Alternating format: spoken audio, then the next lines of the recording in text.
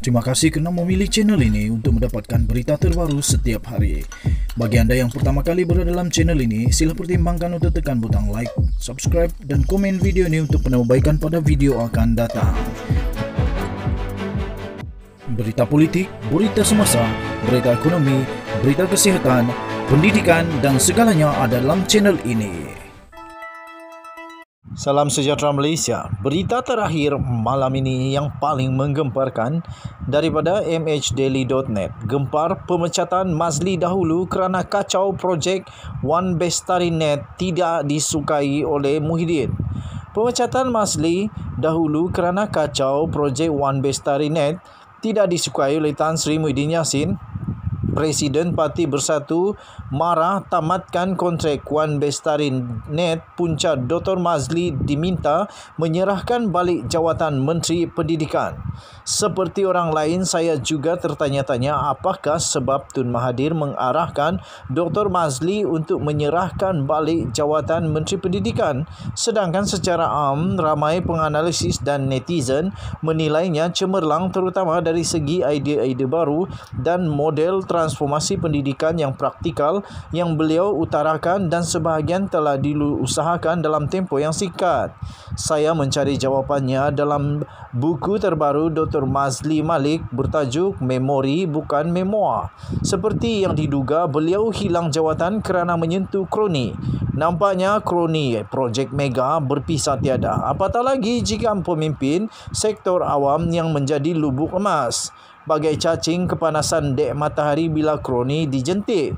Membangunkan sektor awam yang bermaruah dan rakyat driven tetap cabaran besar bagi Malaysia walaupun sudah 64 tahun merdeka.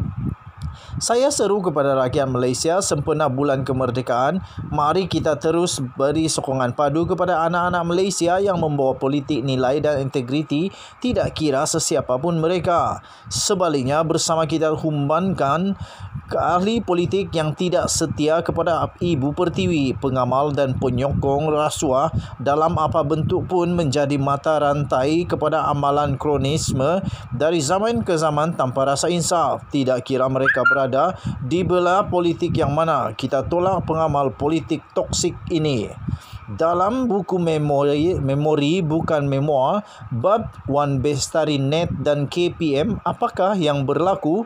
Antara lain, Dr. Mazli mendedahkan, saya sering ditanyakan apakah permintaan PM ke-7 untuk saya memulangkan jawatan saya kepada beliau adalah disebabkan oleh isu One Bestari Net atau lebih khususnya kontrak YTL Communication Sdn Bhd YTLC dengan KPM yang penuh kontroversi.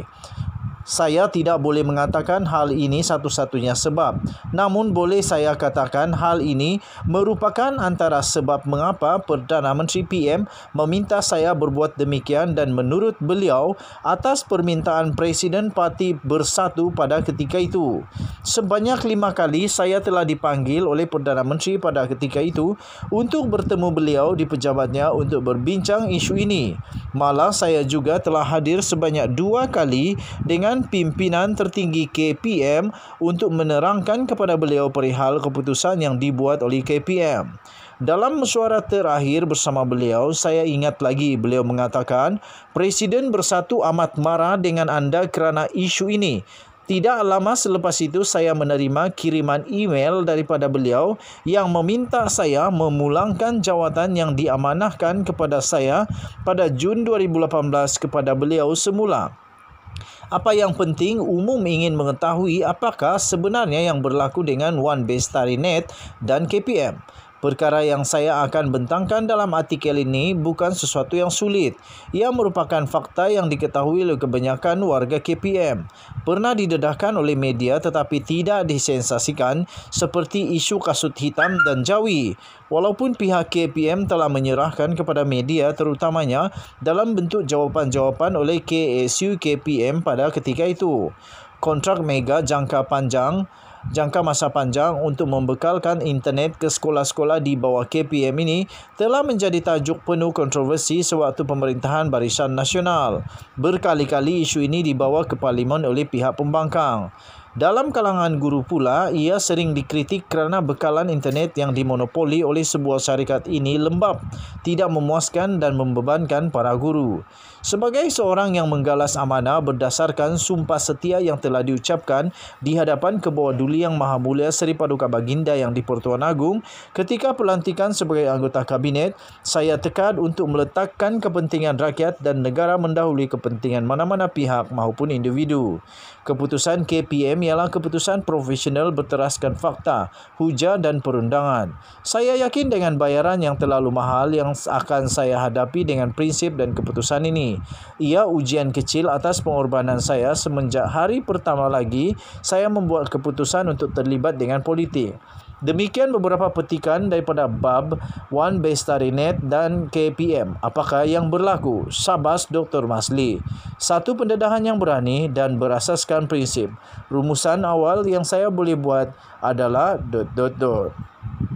Artikel ini diambil daripada sumber Facebook Muhammad Saidi Ismail daripada buku Memori Bukan Memoir ditulis oleh Masli Malik. Sekian berita, salam sejahtera Malaysia, bye-bye.